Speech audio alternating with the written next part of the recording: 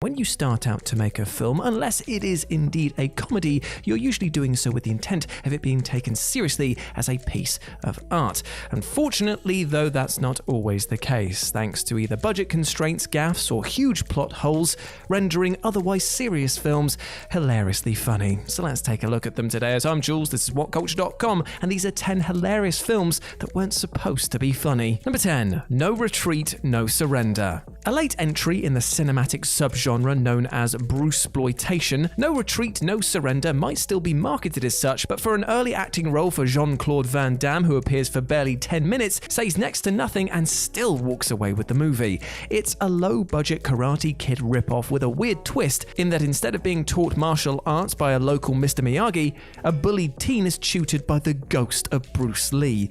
If you're not in stitches when a badly dubbed Lee impersonator who looks absolutely nothing like the little dragon emerges from a mysterious pool of light and says, "You asked me to come out," well then check your pulse. Nobody's more impressed than Van Damme, who, come their final real tussle, changes his normally blank expression to mild surprise, and that is pretty much his acting range.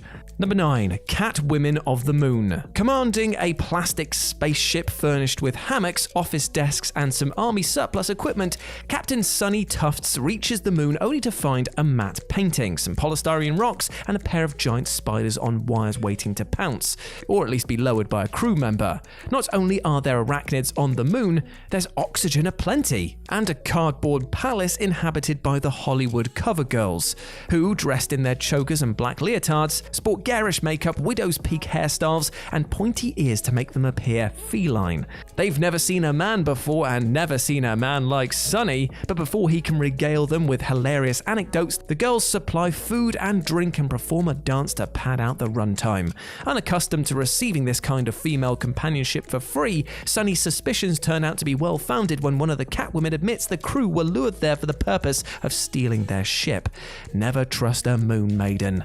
Number 8. Prophecy. Described by Stephen King as looking sort of like a skinned pig and sort of like a bear turned inside out, Prophecy's creature is the result of mercury poisoning caused by pollution from the local paper mill. Basically boiling down the plot into a, yep, it's radiation, which everybody loves recycling. It's also the source of the film's unintentional laughs, especially when it starts knocking around campers who are unable to get out of their sleeping bags, and then chowing down on little kids. Looking in some shots like a stuffed animal being wheeled towards its victims, this product of the evils of capitalism was, ironically enough, the product of a cost-conscious studio. Pressured by Paramount to keep production costs down before the movie's antagonist had been properly designed, director John Frankenheimer abandoned his plans for a towering dragon-like creature and opted instead for an actor in a bear suit. Anyone watching this just for laughs is advised to forego the first half and skip straight to the monster's attacks. And definitely do not miss the final shot. Number 7. From Hell It Came. A picture guaranteed to bring out the worst puns imaginable, such as "his bark is worse than his bite," "what a sap," and "surely not," etc., etc. From Hell It Came convincingly depicts the old legend of Tabanga,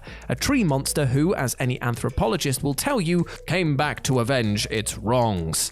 On an island of the South Seas, weirdly populated by white English-speaking extras, a prince named Chemo is sentenced to death by ceremonial dagger for supposedly murdering a chief. But every B-movie fan knows that when a wrongly convicted man swears vengeance on his persecutors before being buried in a hollow tree trunk, it's only a matter of time before he returns as another actor in a silly costume. And what a costume it is. This is unlikely to scare anyone except the film's financial backers, because it looks like a bloody cucumber. Hilarious. Number 6. The Adventures of Hercules. When his 7 mighty thunderbolts are stolen, Zeus, the Greek god of, fake beards, calls upon Hercules to battle extras in Yeti costumes and rubber monster suits in order to retrieve them. But wait, there's more. Hercules' nemesis, King Minos, has been resurrected by the forces of evil and is sent to kill him. And if that whets your appetite for a climactic sword fight, well, I'm sorry to disappoint you. But if you just thought, well, I hope that one of them transforms into an animated dinosaur and then have a fight in outer space, well, you know what, mate? Give yourself a cigar. With its poorly choreographed fight sequences and scenes of skimpily attired maidens being sacrificed by a villain in a Ronald McDonald wig, The Adventures of Hercules proves to be a jaw-on-the-floor fantasy bit of filmmaking, but it's for all the wrong reasons. Number 5. Anaconda. So in the Amazon, on a documentary shoot, Jennifer Lopez and her crew instead find John Voight, who despite his sneer and accent of rather dubious Provence, is able to convince them to begin a hunt for the eponymous 40-foot reptile. Don't be fooled by the $40 million budget and the starry cast though, because Anaconda is a sci-fi movie to the core, full of hilarious moments and even funnier monsters, who alternate between hysterically unconvincing rubber props and an equally lousy digital creation. In a movie with no shortage of show-stopping moments, the pick of the bunch has to be the scene where the Anaconda swallows Voight whole, at which point the director treats us to something that we never got to see in any black and white creature feature, a point-of-view shot from inside the Anaconda's throat. It's spellbinding and totally weird.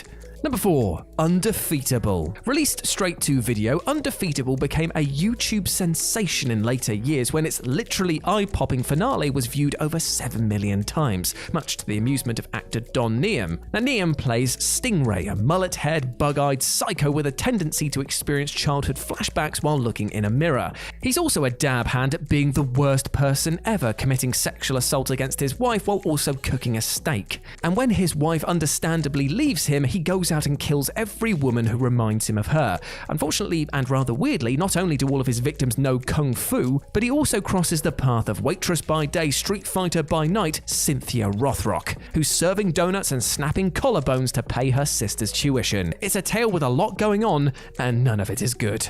Number 3. Lady Terminator. This is your typical Indonesian Terminator ripoff. The villain is the South Sea queen of Asian folklore, whose sexual partners lose their pride and joy to how do I describe this? An eel that is between her legs. And when one gentleman caller removes the eel, the queen vows to avenge the insult by returning to claim the man's ancestors. A century later, the queen possesses a bikini-clad anthropologist, causing her to act and dress like an Austrian bodybuilder. So far, so good, right? But then it really kicks into gear, as they start ripping scenes straight from James Cameron's movie, including a shootout at a tech-noirish bar and a sequence where our injured antagonist makes a pit stop to address her wounds. The running gun battles are probably the least interesting part of the movie, because this has got so much blood, nudity, stupidity, bad hair, and laughable dialogue. It's the kind of experience that words alone do not do justice to. Number 2. Robo Vampire. Picture a cheaply made RoboCop knockoff where the lead actor wears a tinfoil suit, shin pads, goggles, and a silver crash helmet. Right, now next imagine him interacting with footage ripped from 2 other movies, including a Thai cop thriller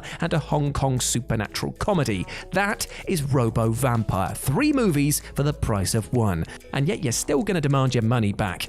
Hilariously, the Hong Kong footage features Chinese hopping vampires, so when Robo isn't fighting gangsters whose machine guns don't produce muzzle flares, he's seamlessly reacting to vampires that can hop, fly, and disappear at will. These creatures also possess the ability to make our hero fly through the air on clearly visible wires, and the actor's attempts to move robotically while being thrown are hilarious. And for bad measure, the filmmakers also decide to throw in a kung fu kicking female ghost who turns into an obvious double in every other shot. Brilliant. And number 1, Plan 9 from Outer Space. With its amateurish performances, dime store effects, and absurdly quotable dialogue, Plan 9 is the gold standard of cinematic ineptitude, the Citizen Kane of bad movies, as it were. It's also terrific fun when seen with a crowd. Now, like all great entertainment, this baffling tale of pompous aliens, zombie wrestlers, and stock footage just wants to have a fun time. But it's even better when enjoyed with a receptive audience. Ed Wood's signature film was becoming a midnight favorite just as its creator was losing out to alcoholism and his creditors. Its popularity actually brought it so much attention that it was awarded the Golden Turkey's worst film of all time, beginning an interest in Ed Wood's back catalogue that led to a string of books and documentaries, as well as eventually a Tim Burton-helmed biopic, and Wood saw none of it. He died on the morning of December the 10th, 1978, 3 days after being evicted from his tiny Hollywood apartment. Sad times, right?